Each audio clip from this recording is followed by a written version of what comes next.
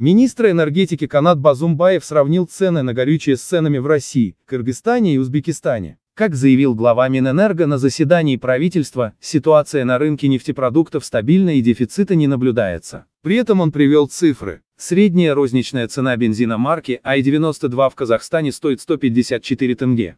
Цена 1 литра дизельного топлива в Казахстане – 193 тенге. Для сравнения, розничная цена бензина в Российской Федерации – 230 тенге, в Узбекистане – 273 тенге, в Кыргызстане – 234 тенге за литр. Цена дизельного топлива в Российской Федерации – 246 тенге, в Кыргызстане – 250 тенге, в Узбекистане – 208 тенге. Количество остатков ГСМ на нефтебазах страны достаточно для покрытия потребностей внутреннего рынка. Запасы бензина АИ-92 267 тысяч тонн, дизельного топлива 143 тысячи тонн. Также Канат Бозумбаев отметил, что в целях недопущения роста цен на топливо в Казахстане, а также для снижения риска образования дефицита дизельного топлива прорабатываются меры по временному запрету на вывоз дизельного топлива за пределы Казахстана на основании действующего законодательства, не противоречащего нормам ЕАЭС.